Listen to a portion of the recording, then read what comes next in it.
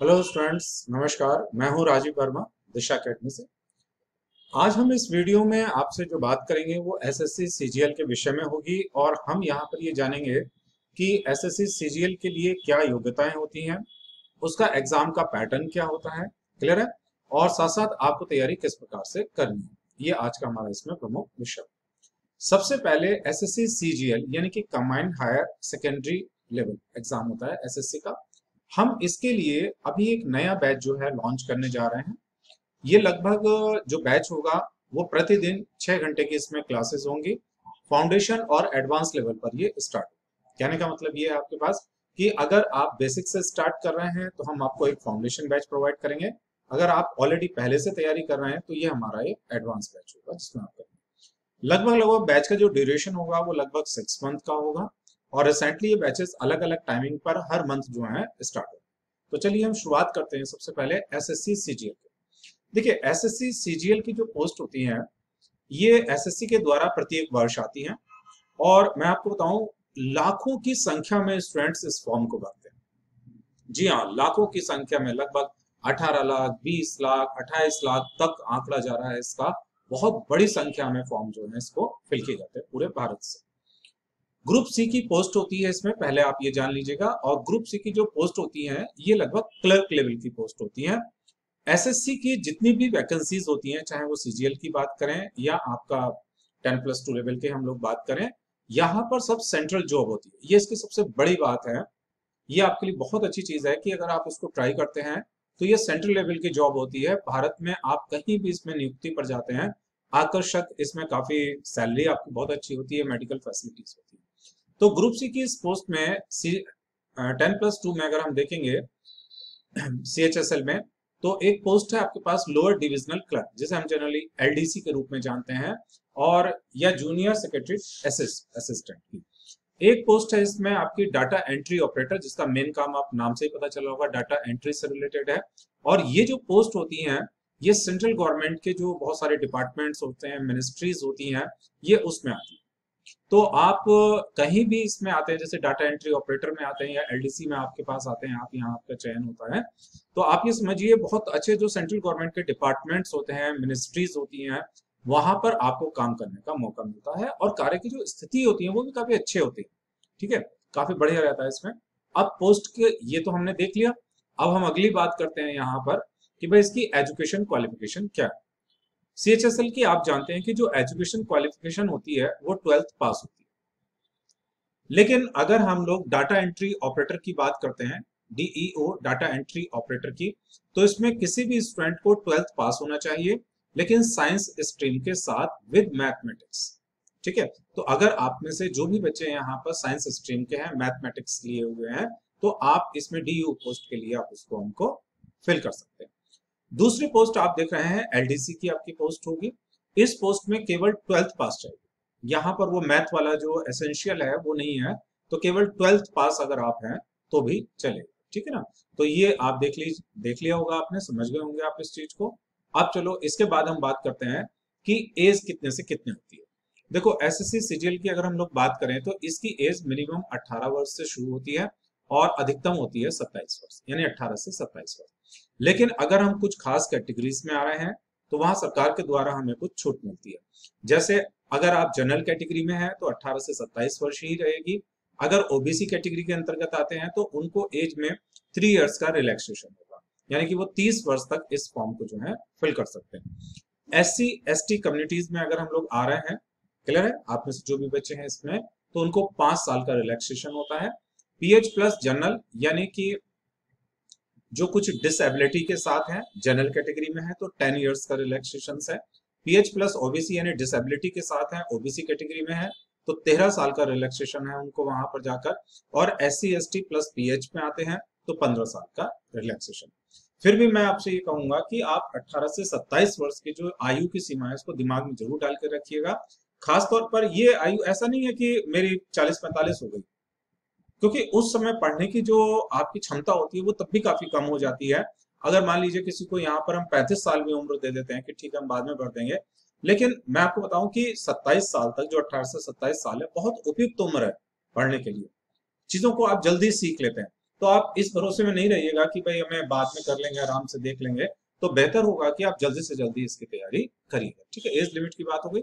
चलिए अब हम देखते हैं कि एसएससी का फॉर्म वगैरह भरने के बाद सीएचएसएल का इसका जो एग्जाम होता है वो टीयर 1 टीयर 2 के प्रोसेस में होता है। सबसे पहली बात, जो एग्जाम होते हैं वो वर्ष 2023 से ये रिवाइज्ड हुआ है। इससे पहले इसमें पैटर्न जो था टीयर 2 में वो पेन और पेपर का पैटर्न था लिखने के लिए, छोटा से टाइप का। लेकिन अब कुछ चेंज हुआ है, वो मैं आगे आपको बताने जा रहा हूं, उसको ध्यान से सुनिए। पहला जो आपका टीयर 1 है, इसका असली उद्देश्य है कि स्क्रीनिंग, यानी कि ऐसे स्टूडेंट्स को छांटना जो अभी ये कहिए कि उतनी अच्छी उनकी तैयारी नहीं है, तो उनको पहले लेवल से ही छांट दिया जाएगा। टीयर 1 का जो एग्जाम होगा ये कंप्लीट आपका कंप्यूटर बेस्ड एग्जाम है, यानी कंप्यूटर पर जाकर आपको देना है, और इसमें आपके मल्टी चॉइस क्वेश्चन आएंगे। क्या उसका सिलेबस है वो मैं अभी इसके बाद आपको बता रहा हूँ। जो स्टूडेंट्स मेरिट में टीयर 1 में आ जाते हैं, क्वालिफाई कर लेते हैं इसको, तो उन्हें दूसरा एग्जाम देना है। यह है टीयर 2 का एग्जाम है। ये भी कंप्लीट जो है अब वर्ष 2023 से कंप्यूटर बेस्ड है, और इसमें ऑब्जेक्टिव टाइप चॉइस क्वेश्चंस आएंगे, वही एबीसीडी वाला ऑप्शंस होंगे। इसके अलावा इसमें टाइपिंग टेस्ट होगा और स्किल टेस्ट होगा। ठीक है, ये 2023 से इसको रिवाइज हुआ। दूसरी बात इसमें काम की ओर होगी, टीयर 1 में जितने भी सेक्शंस हमारे पास होते हैं उसमें बच्चों को एक मिनिमम क्वालिफाइंग मार्क्स लाना बहुत जरूरी है। जैसे आप यहाँ नीचे देख रहे हैं, अनरिजर्व कैटेगरी के लिए 30% मार्क्स है, ओबीसी और ईडब्ल्यूएस कैटेगरी के लिए आपका 25% मार्क्स है, और बाकी अदर्स कैटेगरीज जो हैं तो उनके लिए इसमें से 20% मिनिमम मतलब लाना आपके लिए जरूरी। ठीक है, तो चलिए ये भी हमारे पास हो गया कि एग्जाम जो है इस तरह से 2 चरणों में होता है।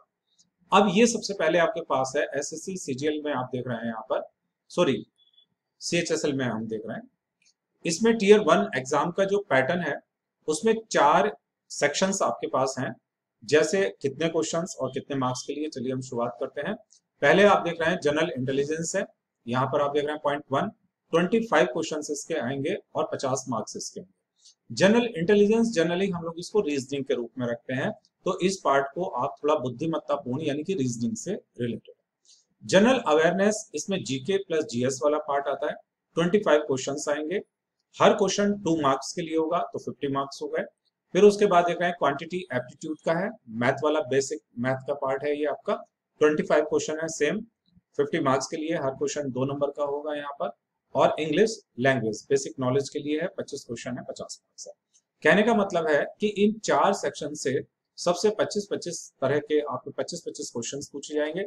टोटल नंबर ऑफ क्वेश्चन आपके हैं यहाँ पर 100, और टोटल मार्क्स जो हो गया ये आपका 200 है। ठीक है बात, हर क्वेश्चन जो होगा वो 2 मार्क्स का होगा, लेकिन अगर हम गलत अटेम्प्ट करते हैं उसमें तो आप नीचे पढ़ना है, कैंडिडेट्स आर पेनलाइज्ड विद 1/2, यानी कि हाफ मार्क्स ये आपका कटेगा, तो इसमें से हाफ मार्क्स जो है वो आपका नेगेटिव में कट जाएगा। अब ये जो 200 टोटल मार्क्स का पेपर है, 100 क्वेश्चंस आएंगे, इसको ध्यान रखिएगा। इस 100 क्वेश्चंस को करने के लिए आपको जो समय दिया जाएगा वो 60 मिनट है, यानी 1 आवर का टाइमिंग होगा।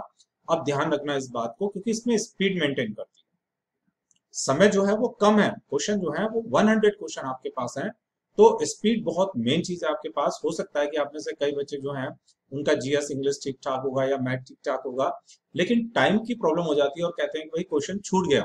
तो यहाँ प्रैक्टिस वाला पार्ट जो है वो आपके लिए बहुत मेन होगा, इसको विशेष रूप से आप ध्यान रखिएगा, है ना। अब जो 4 सेक्शंस मैंने टीयर 1 में आपको बताया सीएचएसएल में, वो रीजनिंग एबिलिटी वाला पार्ट है, क्वांटिटेटिव एप्टीट्यूड मैथ का पार्ट है, इंग्लिश लैंग्वेज और जनरल अवेयरनेस जीएसजीके का जो पार्ट है, ये आप आपको समझ में आ गया।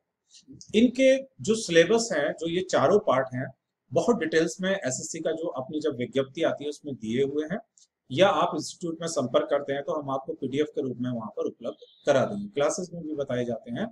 तो डिटेल में एक बार इनके सिलेबस को आप देख लेंगे। और दूसरी महत्वपूर्ण चीज है कि लास्ट ईयर के क्वेश्चंस को आप जरूर देखिए।